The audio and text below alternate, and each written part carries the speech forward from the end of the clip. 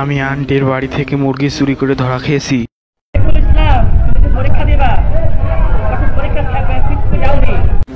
আমি পরীক্ষার ফি না দিয়ে আসনে বসে গাঁজা কিনে খেয়ে পাশের বাড়ির সময়ের মাকে আই লাভ ইউ বলেছি।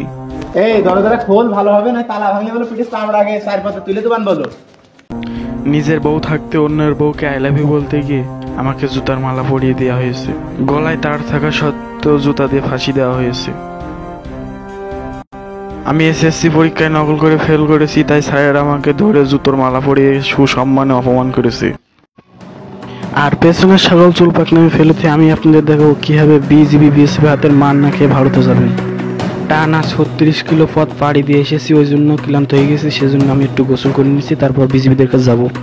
স্যারকে অবশ্যই সালাম না দিয়ে আমাকে বললেন ভারতে কি করতে যাবা। আমি অবশ্যই স্যারকে হাসি মুখে না দিয়ে বললাম ভিডিও করি যেহেতু সেহেতু আমরা প্রতিবন্ধী, আর আমরা প্রতিবন্ধী যেহেতু সেহেতু আমরা ভিডিও করি। স্যার তার মুখ না খুলে বললেন অসাবধানে দেখে চলবা, ভালো থাকো। যেহেতু আমি শুকনো ছিলাম তাই ভিজে জামা কাপড় পরে অন্ধকারের পথে আমি পাড়ি দিতে শুরু করি। বন্ধু বান্ধবরা হাজারবার বলেছিল বন্ধু তুই যাস না, যদি তোর দুটো বেশি কিছু হয়ে যায় তাহলে আমরা কিনে ফেরবো। আমি বললাম বন্ধু তোরা চিন্তা করিস নে, যদিও বা কিছু হয়ে যায় তাহলে আমার লাস্টে আমার বাড়ি পৌঁছে দিস।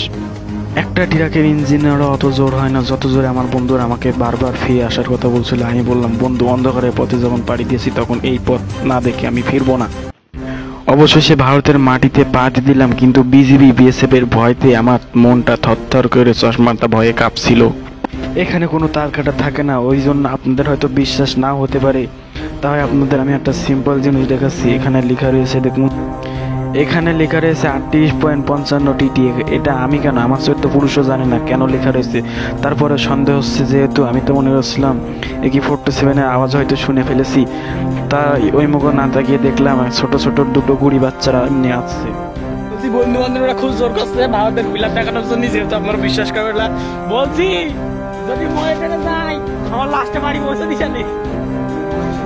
তো হাতও কাঁপছে, ভয়ও করছে। ভারতের মাটিতে পা দিচ্ছি প্রথম, আমার কোনো পাসপোর্ট নেই, ভিসাও নেই।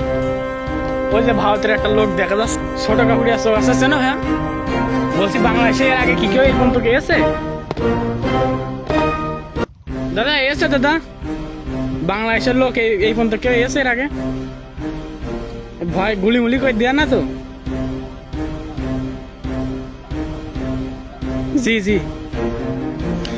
ভারতের একটা লোক আমাকে বললো এখানে বাংলাদেশের সাথে ভারতের সাথে বাংলাদেশের সম্পর্ক ভালো না।